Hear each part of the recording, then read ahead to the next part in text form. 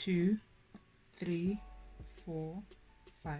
So I use different colors so that it's easier for you guys to see.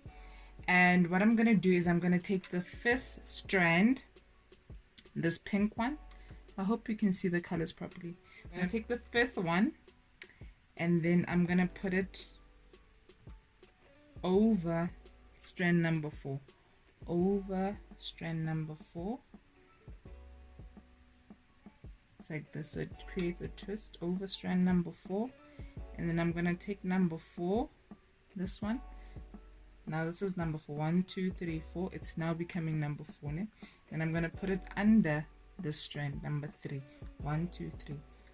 Under this one.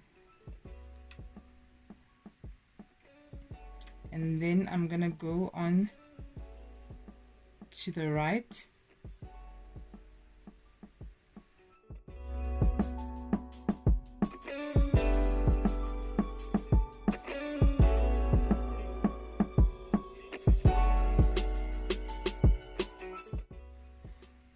This is 5 over 4, and then 4 under 3. You see? And I'm gonna just move on here.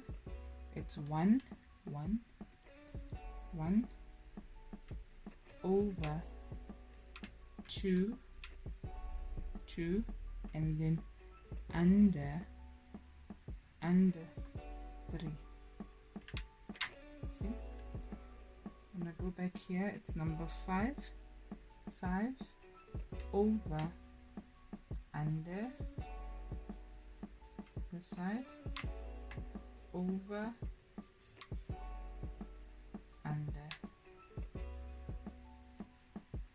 there, over and under 3 from this side. It's over,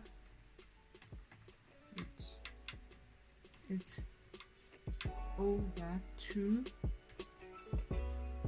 and under 3.